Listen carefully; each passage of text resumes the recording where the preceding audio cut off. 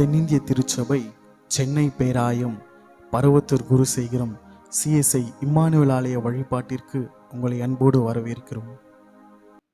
இந்த உலகத்துக்கு அவன் தேவன், நமக்கு நம்முடைய ஆண்டவர் தேவன். ஹல்லேலூயா, ஹல்லேலூயா. அப்போ இந்த உலகத்தின் மக்களை அவன் ஆட்டி படைச்சுங்கிறான். உங்களை ஆட்டி படைக்க முடியாது. உங்க மேல கை வைக்க அவனுக்கு அதிகாரம் இல்லை. மீண்டும் 1 பேதுரு 5ஆம் அதிகாரம் 7வது வசனத்தை நீங்க வாசிங்க.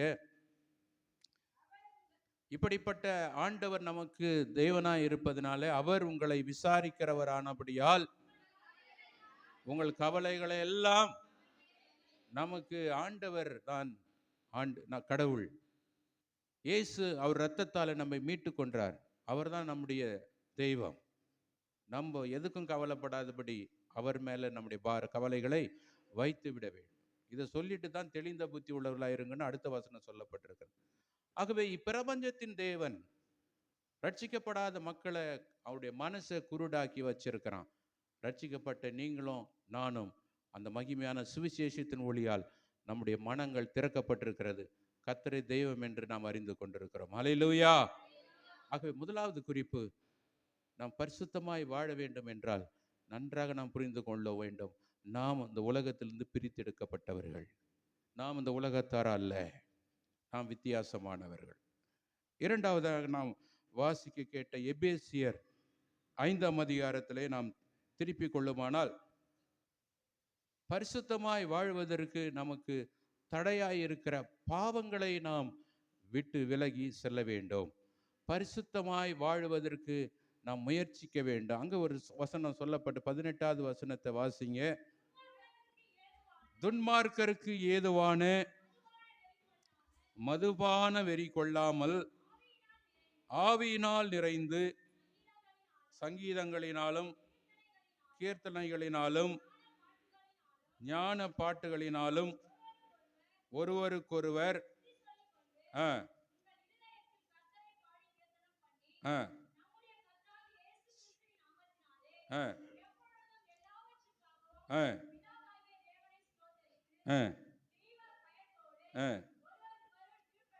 போதும். இரண்டாவதாக, பரிசுத்தமாய் வாழ்வதற்கு நாம் செய்ய வேண்டிய இன்னொரு காரியம் 18வது வசனம் சொல்லப்பட்டிருக்கிறது. துன்மார்க்கத்திற்கு ஏதுவான மதுபான வெறி கொள்ளாமல் ஆவியினால் நிறைய வேண்டும். அல்லேலூயா. நிறைய பேருக்கு ஒரு கேள்வி, கிறிஸ்தவங்க குடிக்கலாமா? கிறிஸ்தவங்க சாராயம் குடிக்கலாமா? இல்லை டாஸ்மார்க் கடைக்கு போகலாமா? அது கிறிஸ்தவங்களே சொல்ற பதில், நான் எப்போ ஒரு நாளைக்கு தானே குடிக்கிறேன், நான் ஒரு நாளைக்கு தானே குடிக்கிறேன். நீ என்னைக்குமே குடிக்கக்கூடாது. ஏன்னா குடிச்சா யாருன்னா துன்மார்க்கத்திற்கு ஏதுவான மதுபான வெறி. குடிக்கிறதுனால வர வெறி, அந்த வெறிக்கிறதானோ அந்த போதை வசனம் சொல்லுது, யாரும் துன்மார்க்கத்திற்கு ஏதுவான வெறியும். அது துன்மார்க்கம் வேற, நம்ம சன்மார்க்கம். ஹல்லேலூயா. கிறிஸ்தவங்க குடிக்க கூடாது, குடி பழக்கத்துல சிக்கக்கூடாது, குடிக்கவே கூடாது. ஒரு நாளைக்கு இல்லை, என்னைக்குமே குடிக்கக்கூடாது. அது ஒரு பரிசுத்த ஒரு வாழ்க்கை. ஏன் குடிக்கக்கூடாது? உன் சரீரம் யாரு? ஆண்டவருடைய. மீண்டும் 1 கொரிந்தியர் 3ஆம் அதிகாரம் 16வது வசனம் சொல்லப்பட்டிருக்கிறது, நீங்கள் தேவனுடைய ஆலயமாய் இருக்கிறீர்கள். போதும். அடுத்தது அப்புறம் சொல்றப்ப வாசிங்க. நாம் யாரும்? நம்முடைய சரீரம் தேவனுடைய. 1 கொரிந்தியர் 6:19 திட்டமாக சொல்லுகிறது, உங்கள் சரீரமானது தேவனாலே பெற்றும் உங்களில் தங்கியும் இருக்கிற பரிசுத்த ஆவியினுடைய ஆலயமாய் இருக்கிறார் என்று. பார்த்தீங்களா? அப்போ நம்ம சரீரம் பரிசுத்த ஆவியானவர் தங்குகிற ஆலயம். அப்போ இந்த சரீரத்துல பரிசுத்த ஆவியானவர் தங்கும்போது, நீ பாட்டுன்னு போதை போட்டுன்னு சுத்தினந்தா உங்ககிட்ட பரிசுத்த ஆவியானவர் தங்குவாரா? இல்லை நீ கிறிஸ்தவன் தான் சொல்ல முடியுமா? நோ. அதுதான் இந்த வசனம் சொல்லுது, துன்மார்க்கத்திற்கு ஏதுவான மதுபான வெறி கொள்ளாமல் ஆவியினால் நிறைந்து. உனக்குள்ள ஆவியானவர் இருக்கிறார். அந்த ஆவியானுடைய நிறைவு உன்னை நிறைக்க வேண்டும். நீ கிறிஸ்தவன் பேர் வச்சுன்னு சாராயம் குடிச்சுன்னு இருந்தா அவிசுவாசி எப்படி கோயிலுக்குள்ள வருவான்? அவன் கரெக்டா வந்து, டே நீ மோசம்டா, நானாலும் கோயிலுக்கு வராது குடிக்கிறேன், நீ என்ன பண்ற, கோயிலுக்கு போய் குடிச்சிடுங்கிறிய. கண்டிப்பா தண்டனை கோயிலுக்கு வந்து குடிக்கிறவனுக்கு நிறைய இருக்கும், அவனுக்கு குறைவா இருக்கும். ஏன்னா அவன் குடிக்கல, அவன் மதுபான வெறி, சாரி, அவன் ஆண்டவரை அறியல, அதனால அவன் குடிச்சுக்கிட்டு இருக்கிறான். நீ ஆண்டவரை அறிஞ்சு ஆலயத்துக்கு வந்து பக்தி வேஷம் போட்டுக்கிட்டு பைபிளை நல்லா தூக்கிக்கிட்டு நாம் குடிப்போமானால் அவனோட தண்டனை நமக்கு நிச்சயமா அதிகமா இருக்கணும். ஏன்னா வசனம் சொல்லுது, நியாய தீர்ப்பு எங்க தொடங்கதான்? தேவனுடைய வீட்டிலிருந்து தொடங்குறது. அல்லேலூயா. எவனிடத்தில் அதிகம் கொடுக்கப்படுகிறதோ அவனிடத்தில் அதிகம் கேட்கப்படும். வார வாரம் சர்ச்சுக்கு போய் மெசேஜ் வேற கேட்குற, பைபிள் வேற படிக்கிற, நீ எப்படி குடிக்கலாம்? தூக்கி ஃபர்ஸ்ட் கிளாஸ் நரகத்தில் தான் நமக்கு இடம் கிடைக்கும். அன்பான தேவனுடைய பிள்ளைகளே, ஒரு கிறிஸ்தவன் பரிசுத்தமாக அழைக்கப்பட்டவன் குடிக்கக்கூடாது. இது குடிக்கிறதுனால கடவுளுக்காக ஒன்றும் அவருக்கு பாதிப்பு இல்லை, உன் ஆத்துமாவுக்கு தான் பாதிப்பு, உன் வாழ்க்கை தான் அழிஞ்சு போகுது. இதை குறித்து நீதிமொழிகள் 23ஆம் அதிகாரம் 29வது வசனத்தில் சொல்லப்பட்டிருக்கிறது. நீதிமொழிகள் 23ஆம் அதிகாரம் 29வது வசனம். ஐயோ யாருக்கு வேதனை, யாருக்கு துக்கம். ஒரு மைக் தான் கொடுத்து வாசிங்களா யாராவது ஒருத்தர். யாருக்கு வேதனை, யாருக்கு துக்கம், யாருக்கு சண்டைகள், யாருக்கு புலம்பல், யாருக்கு புலம்பல், யாருக்கு காரணமில்லாத காயங்கள், யாருக்கு காரணமில்லாத காயங்கள், யாருக்கு இரக்கம் கலங்கின கண்கள், யாருக்கு ரத்தம் கலங்கின கண்கள். எத்தனை கண்டு எண்ணீங்களா யாராவது? 6 வரும். மீண்டும் வாசிப்பாத. ஐயோ ஐயோ யாருக்கு வேதனை, 1, யாருக்கு துக்கம், 2, யாருக்கு சண்டைகள், 3, யாருக்கு புலம்பல், 4, யாருக்கு காரணமில்லாத காயங்கள், 5, யாருக்கு ரத்தம் கலங்கின கண்கள். யாருக்கு ரத்தம் கலங்கின கண்கள். இதெல்லாம் யாருக்கு?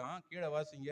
மதுபானம் இருக்கும் இடத்திலே, மதுபானம் இருக்கும் இடத்திலே தங்கி தரிப்பவர்களுக்கும், தங்கி தரிப்பவர்களுக்கும், கலப்புள்ள சாராயத்தை நாடுகிறவர்களுக்கு தானே, நாடுகிறவர்களுக்கு தானே. மதுபானம் ஒரு பாத்தீங்களா, இந்த சாராயம் கிட்ட குடிக்கிறவங்க கிட்ட மதுபானம் இருக்கிற இடத்துல போய் உட்காந்து அதை குடிச்சிட்டு இருக்கிறவங்களுக்கு இந்த 6 வகையான கஷ்டங்கள் ஏற்படுது. யாருக்கு புலம்பல், யாருக்கு துக்கம், யாருக்கு சண்டைகள், யாருக்கு காரணம் இல்லாத காயம். இதெல்லாம் அவங்களுக்கு தான் தேவையா? இதுதான் ஆண்டவர் சொல்றாரு, துன்மாத்திற்கு ஏதுவான மதுபான வெறி கொள்ளாம. இப்ப கீழே வாசிங்க தம்பி, அந்த வாசி. மதுபானம் இரத்த வருணமாயிருந்து, அதுக்கு மேல வசனம், மதுபானம் இருக்கும் இடத்திலே தங்கி தரிப்பவர்களுக்கும், மதுபானம் இருக்கிற இடத்திலே தங்கி தரிப்பவர்களுக்கும், கலப்புள்ள சாராயத்தை நாடுகிறவர்களுக்கும் தானே. இன்னைக்கு கலப்புள்ள சாராயத்தை குடிக்கிறவங்க எத்தனை பேர் செத்து போறாங்க பாருங்க. 35 பேர் 70 பேர் என்ன செத்தாங்க. கள்ளக்குறிச்சி தானே அது. பாருங்க, அவன் குடும்பமே அழிஞ்சு. அத்தனை குடும்பம். தமிழ்நாட்டில் நிறைய விதவைகள் புள்ளி விவரம் சொல்லுது. நிறைய விதவைகள் சாராயம் குடிச்சு இறந்து போறதுனால நிறைய இளம் விதவைகள், அதுவும் இளம் விதவைகள் இருக்கிறார்கள் என்று புள்ளி விவரம் சொல்லுகிறார். அப்போ அந்த அத்தனை குடும்பமும் எவ்வளோ வேதனையா இருக்குது. அதுதான் ஆண்டவர் சொல்றாரு, எப்பா நீ உலகத்தான இல்லப்பா, நீ பரிசுத்தமா வாழ பிரிந்தவன், நீ பரிசுத்தமா வாழ அழைக்கப்பட்டவன், ஜாக்கிரதையாக இருக்க வேண்டும்.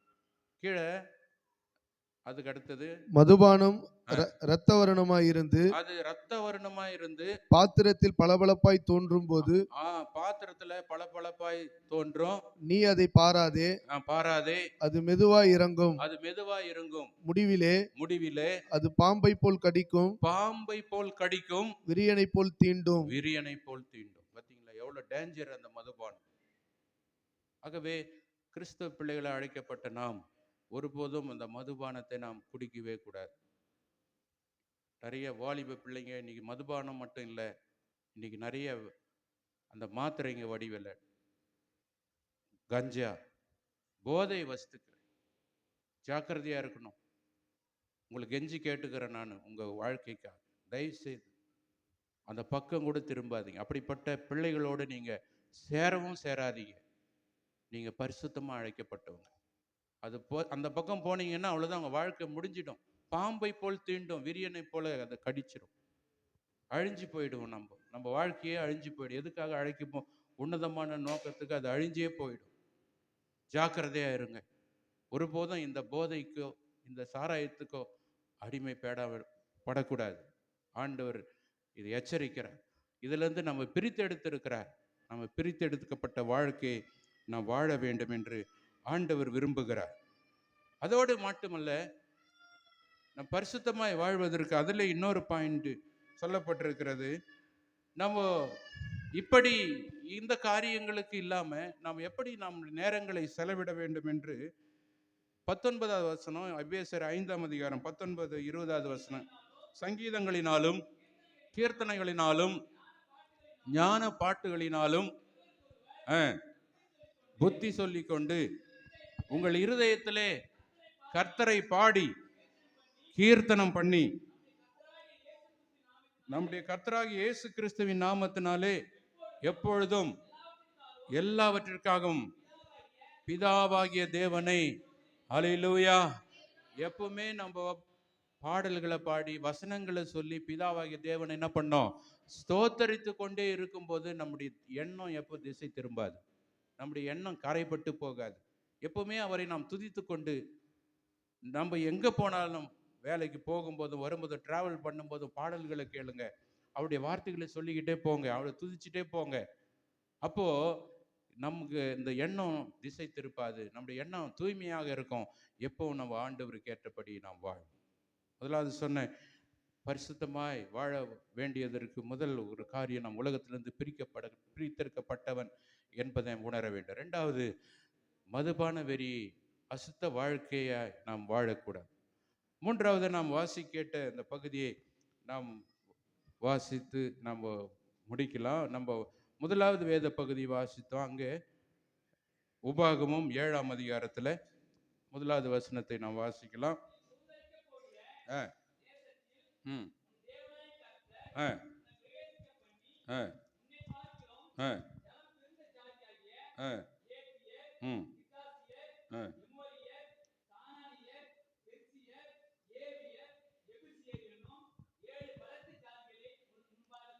போதும். இங்கே பார்க்கணும், இஸ்ரவேல் ஜனங்களை எகிப்திலிருந்து அடிமைப்பட்டிருக்கிறாங்க. அவங்கள ஆண்டவர் அழைச்சிட்டு வர்றாரு. ஆண்டவர் அழைச்சிட்டு வரப்போ சொல்றாரு, நீ சுதந்திரிக்க போகிற தேசத்தில் உன் தேவனாகிய கர்த்தர் உன்னை பிரவேசிக்க பண்ணி உன்னை பார்க்கிலும் ஜனம் பெருத்த ஜாதியாகிய ஒரு கொஞ்ச ஜனத்தை கொண்டு வராரு. ஆனா இந்த கொஞ்ச ஜனத்தை வச்சு திரளான மக்களை தோற்கடிக்கிறார் ஆண்டவர். அல்லேலூயா, அல்லேலூயா. நாமெல்லாம் சாதாரணமான மக்கள் தான், நம்மை கொண்டு ஆண்டவர் பெரிய காரியங்களை செய்வார். அல்லேலூயா. நாம் அந்த உலகத்திலிருந்து பிரித்தெடுக்கப்பட்டோம் என்று உணர்ந்து பரிசுத்த வாழ்க்கை வாழ்ந்து கடவுளுக்காக வாழும்போது நம்ம கொண்டு ஆண்டவர் பெரிய காரியங்களை சொல்ற. இந்த வசனம் தெளிவாக சொல்லுது, உன்னை பார்க்கிலும் ஜனம் பெருத்த ஜாதி ஆகிய இந்த கொஞ்ச ஜனத்தை வச்சு திரளான ஜனங்களை ஆண்டவர் தோற்கடிச்சு அவங்க மேல சண்டைக்கு போய் வச்சு அவங்கள தோற்கடிக்க வச்சு அவங்கள கொன்று அந்த தேசத்தை சுதந்திரிக்கிற ஒரு இடத்தை ஆண்டவர் செய்கிறார், ஒரு வழியை ஆண்டவர் செய்கிறார். கர்த்தர் நம்மோடு கூட இருப்பாரானால், ஒரு பரிசுத்த வாழ்க்கை நீயும் நானும் வாழ்வோம் என்றால் நம்மை நம்முடைய சத்துருக்களுக்கு முன்பாக ஆண்டவர் உயர்த்துவார். அல்லேலூயா, அல்லேலூயா. 2வது வசனம் வாசிக்கலாம். உன் தேவனாகிய கர்த்தர் அவர்களை உன்னிடத்தில் ஒப்பு கொடுக்கும் போது அவர்களை முறியடித்து அவர்களை சங்காரம் பண்ண கடவாய், அவர்களோட உடன்படிக்கை பண்ணவும் அவர்களுக்கு இறங்கவும் வேண்டாம். ஆண்டவர் சொல்றாரு, இங்க கூட ஒரு பரிசுத்த வாழ்க்கை சொல்றாரு. நீங்க அவங்களோட சேரக்கூடாது. 3வது வசனம், அவர்களோட சம்பந்தம் களவாயாக உன் குமார்த்திகளை அவர்கள் குமாரருக்கு கொடாமலும் அவர்கள் குமார்த்திகளை உன் குமாரருக்கு கொல்லாமலும் இருப்பாயாக. பாத்தீங்களா, அவங்களோட கூட நீ எந்த சவகாசமும் வச்சு கூடாது. எந்த உறவும் வச்சுக்கிறார். உன் மகனுக்கு அங்க பெண் கொள்ளக்கூடாது, உன் மகளுக்கு அங்கிருந்து மாப்பிள்ளை எடுக்கக்கூடாது, எல்லாம் திட்டம் தெளிவுமா ஆண்டவர் சொல்றாரு. சொல்லிட்டு ஏன் அப்படி பண்றாரு? 4வது வசனம், என்னை பின்பற்றாமல் அந்நிய தேவர்களை சேவிக்கும்படி அவர்கள் உன் குமாரரை விலக பண்ணுவார்கள். அப்போது கர்த்தருடைய கோபம் உங்கள் மேல் மூண்டு உங்களை சீக்கிரத்தில் அழிக்கும். பாத்தீங்களா? ஆண்டவர் சொல்றாரு, ஒரு பிரித்தெடுக்கப்பட்ட வாழ்க்கை நீ வாழணும். அவங்களோட கூட உனக்கு சம்பந்தம் இருக்கக்கூடாது, அவங்களோட கூட நீ வாழக்கூடாது, அவங்களோட கூட நீ உறவு, அதாவது சம்பந்தம் கலக்கக்கூடாது. இதை காட்டுகிறதுனா, நான் உன்னை அழைச்சேன், நீ சின்ன ஜனம்தான், ஆனா உன்னை கொண்டு நான் பெரிய காரியங்களை செய்ய போறேன், அதுக்கு நான் சொல்றபடி நீ கீழ்ப்படியணும். அப்போ கடவுள் அவர் சொல்கிறபடி நாம் கீழ்ப்படியும் போது நமக்கு அவர் உதவி செய்கிறார், நம்மை வெற்றி சிறக்க பண்ணுகிறார். மட்டுமல்ல, நம்ம நிறைய நேரங்களில் இந்த எப்படி நம்ம உலகத்தாரோட கூட இல்லாமல் இருக்கிறது. கடல் இருக்கு இல்லையா, கடல்ல மீன் இருக்கு, கடல் தண்ணி முழுவதும் எப்படி இருக்குது? உப்பா இருக்கு. ஆனா மீன் குழம்பு செய்தால் கூட அதில் உப்பு போட்டு தான் செய்யணும். ஐயோ, கடல் தண்ணியில் தான் இருக்குது இந்த மீன், இதுக்கு எதுக்கு உப்பு போடணும்னு நீ உப்பு போடாமல் செய்தியானா அன்றைக்கி வீட்டில் தேவையில்லாமல் சண்டை தான் வரும் இல்லையா? கடல் தண்ணியில் தான் அந்த மீன் வாழுது, ஆனால் கடலினுடைய உப்பு அதில் என்ன பண்ணல, ஒட்டிக்குள்ள. நீயும் நானும் உலகத்தில் தான் வாழணும், உலகத்தாரை நேசிக்கணும், அவங்களுக்கு சத்தியத்தை சொல்லணும், அவங்களுக்கு உதவி செய்யணும். ஆனாலும் அவங்கள போல நம்ம வாழக்கூடாது. அல்லேலூயா. அவங்கள போல நம்ம இருக்கக்கூடாது. நம்ம பிரித்தெடுக்கப்பட்ட வாழ்க்கை வாழ வேண்டும்.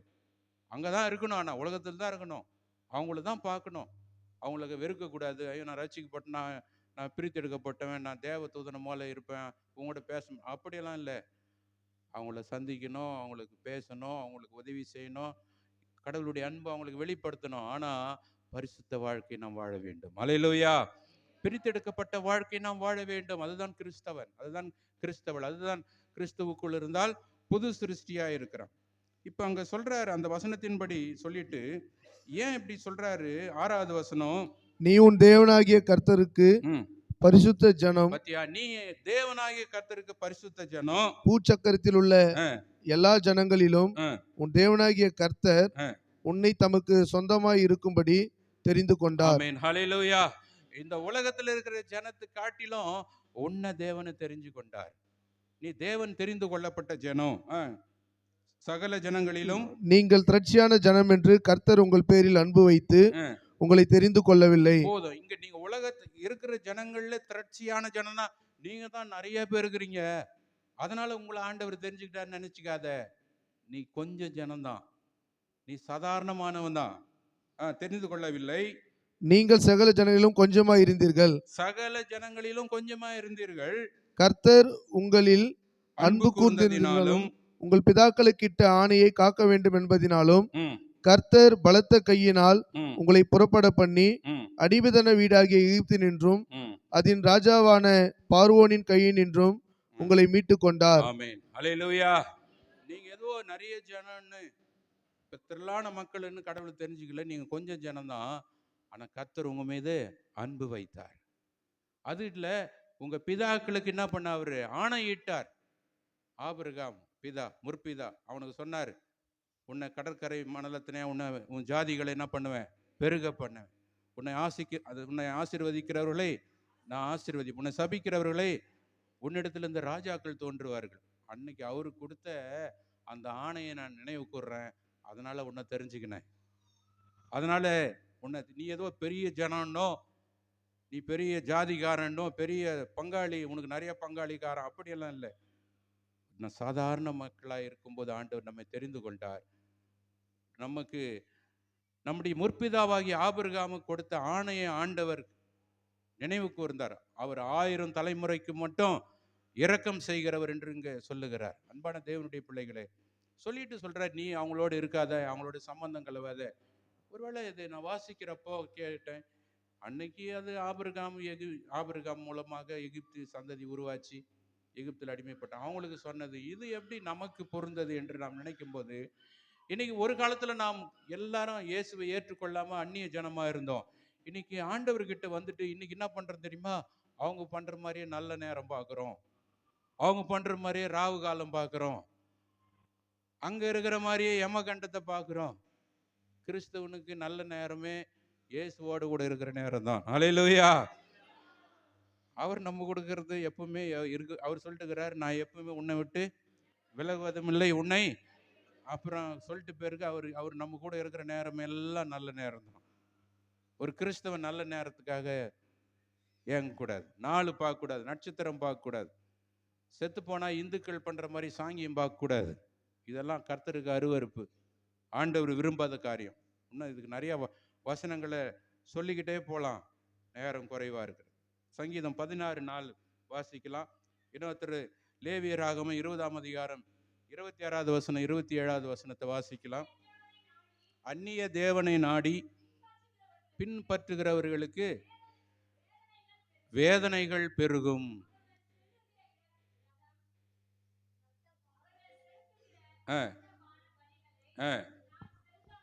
அந்நிய தெய்வங்களை நாடி பின்பற்றுகிறவர்களுக்கு என்ன பெருகுமா? வேதனைகள் பெருகும். ஆண்டவர் கிறிஸ்துவை ஏத்துக்கின பிறகு அந்நிய தெய்வத்தை மாதிரி நீ ராவு காலம் எம்மங்காலம் நல்ல நேரம் கெட்ட நேரம் பார்த்து உன் வாழ்க்கையை வாழ்ந்தனா உனக்கு ஆசீர்வாதம் இருக்காது. ஒரு ஜெபம் பண்ணியா அதோட முடிஞ்சு. தேவனுடைய பிரசன்னம் வந்துச்சியா, எந்த நிகழ்ச்சியா இருக்கட்டும், எந்த காரியமா இருக்கட்டாலும் ஜெபம் பண்ணோம், வேதத்தை வாசிக்கணும், அங்கே பிரசங்கம் பண்ணி ஜெபித்தா முடிஞ்சு போச்சு. தேவையில்லாத இந்த சடங்காச்சாரங்கள் நாம் செய்யக்கூடாது. அது கர்த்தரை வேதனைப்படுத்துற மாதிரி அவங்கள போல எல்லா சடங்கு அதை எல்லாத்துக்கும் ஆண்டவர் என்னைக்கு ஆண்டவர் சிலுவையில் மரித்தார எல்லா சடங்காச்சாரங்களுக்கெல்லாம் சாவு மணி அடிக்கப்பட்டது. ஹல்லேலூயா. எல்லாம் அந்த உலகத்தின் வழிபாடுகள் எல்லாம் முடிஞ்சு போயிடுச்சு. கிறிஸ்தவர்களுக்கு அதுக்கு சம்மந்தமே கிடையாது. அப்படி நீ பார்க்குறேன்னா நீ ரெண்டு பக்கமும் இருக்கிறன்னு அர்த்தம். அது டேஞ்சர், அது தேவையற்ற ஒரு வாழ்க்கை. லேவியராகமம் 20ஆம் அதிகாரம் 26வது வசனம். கர்த்தராகிய நான் பரிசுத்தராய் இருக்கிறபடியினாலே நீங்களும் எனக்கேற்ற பரிசுத்தவான்களாய் இருப்பீர்களாக. அன்னைக்கு பழைய ஏற்பாட்டிலேயே ஆண்டவர் சொல்லி இருக்கிறார். புதிய ஏற்பாட்டில் 1 தெசலோனிக்கர் ஆண்டவர் சொல்லியிருக்கிறார், நான் பரிசுத்தர் ஆகையால் நீங்களும் பரிசுத்தராயிருங்கள் என்று ஆண்டவர் சொல்றார். இங்கே லேவியராகமம் 20ஆம் அதிகாரம் 26வது வசனம், நான் பரிசுத்தராய் இருக்கிறதால் நீங்களும் பரிசுத்தராய். அடுத்த வசனம், நீங்கள் என்னுடையவர்களாய் இருக்கும்படிக்கு உங்களை மற்ற ஜனங்களை விட்டு பிரித்தெடுத்தேன். ஆமென். ஹல்லேலூயா. நீங்கள் என்னுடையவர்களாய் இருக்கும்படி நான் உங்களை மற்ற ஜனங்களிலிருந்து, அது பிரித்தெடுக்கப்பட்ட ஒரு வாழ்க்கை. இதுலயும் இருக்கணும். அடுத்த வசனம், அஞ்சனம் பார்க்கிறவர்களும் குறி சொல்லுகிறவர்களுமாய் இருக்கிற புருஷனாகிலும் ஸ்திரீயாகிலும் கொலை செய்யப்பட வேண்டும். ரொம்ப பயங்கரமான வார்த்தையா இருக்கு. நீ அங்க வந்துட்டு பிறகு அங்க போய் குறி கேட்டு அஞ்சனம் பார்த்துன்னு அப்படி யாராவது சாமி ஆடுற இடத்துல போய் நீ கேட்டேன்னா உன்னை என்ன பண்ணணுமா? கொலை செய்யணும். ரொம்ப கடுமையான ஒரு வார்த்தை ஆண்டவர் சொல்ற. கொலை செய்யப்பட கடவர். அது யாராகட்டும், புருஷனாகட்டும் ஸ்திரீயாகட்டும், யார் அப்படி பண்றாங்களோ அவங்க கொலை செய்யப்பட வேண்டும். மிகுந்த ஒரு பெரிய தண்டனை ஆண்டவர் கொடுக்கிறார், எச்சரிப்பை ஆண்டவர் கொடுக்கிறார். ஆகவே அந்த வழிபாடுகளுக்கு நாம் தப்பிக்க வேண்டும். இதுதான் பரிசுத்த ஒரு வாழ்க்கை. அன்பான தேவனுடைய பிள்ளையில, இந்த நாளில் ஆண்டவர் நம்மோடு கூட நம்ம எப்படி தூயவராய் இருக்க வேண்டும் என்று 3 காரியங்களை குறித்து பேசணும். முதலாவது, உலகத்திலிருந்து நாம் பிரித்தெடுக்கப்பட வேண்டும். பரிசுத்தமாய் வாழ்ந்து மதுபான வெறியை தவிர்க்க வேண்டும். மூன்றாவது, அந்நிய வழிபாடுகளை, அந்நிய காரியங்களை, அவங்களுடைய வழிபாட்டு முறைமைகளை, சடங்குகளை நாம் வெறுக்க வேண்டும். அதிலிருந்து நாம் பரிசுத்தமாய் வாழ வேண்டும். கண்களை மூடலாமா? கண்களை மூடலாம். ஆண்டவரை நோக்கிப்பான். நீங்களும் நானும் பரிசுத்தமாய் வாழ அழைக்கப்பட்டிருக்கிறோம். ஒருவன் கிறிஸ்துவுக்குள் இருந்தால் புது சிருஷ்டியா இருக்கிறான். பழையவைகள் ஒழிந்து போயின, எல்லாம் புதிதாயின. புதிய ஒரு வாழ்க்கை வாழறோமா? பிரித்தெடுக்கப்பட்ட வாழ்க்கையை நாம் வாழ்கிறோமா?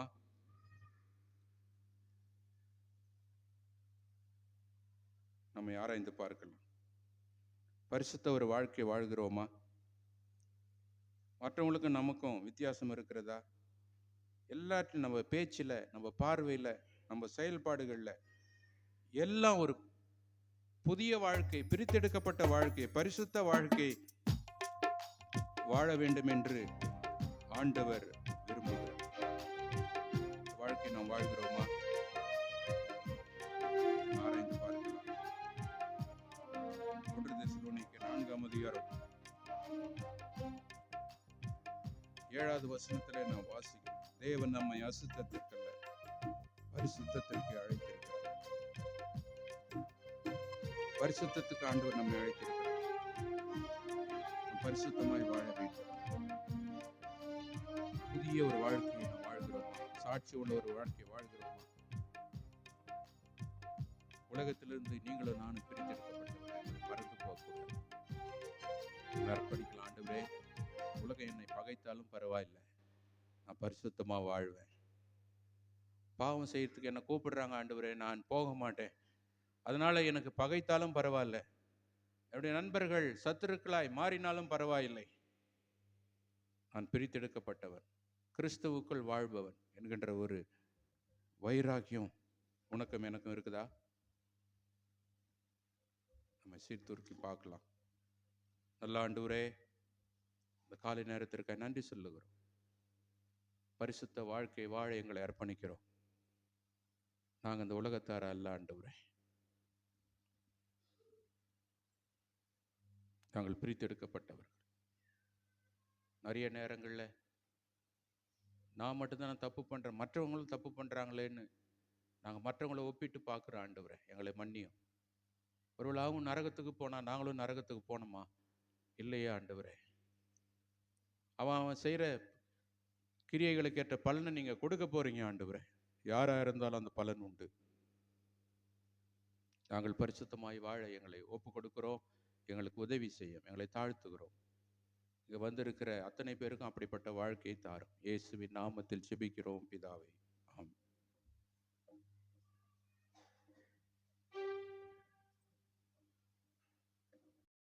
தொடர்ந்து எங்கள் ஆராதனை மற்றும் ஆலய நிகழ்வுகளை காண CSI Emmanuel search north Paruvathur சேனலை சப்ஸ்கிரைப் செய்யவும். நன்றி.